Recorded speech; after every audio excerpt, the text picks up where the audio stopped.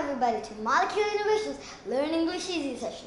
Today is another episode of Mommy and Me. Boom, boom, boom, and boom. Well, what are we up to today? Today we're going to be talking about very. Such an annoying word. Yes, it's so commonly used, like very tired, Very hot. very cold. Very angry.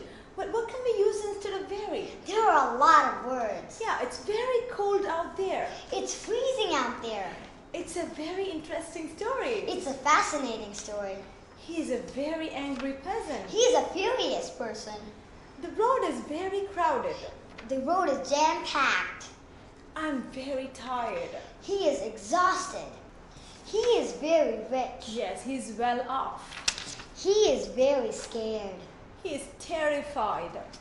She is very honest. She is straightforward. I am very intelligent. Yes, she is brilliant. He is very open. He is transparent. Thank you so much for watching. Please don't forget to put your comments in the comment box below. Exactly. And subscribe. Don't forget to hit the notifications bell so you never miss a video. And smash that thumbs up button. Goodbye.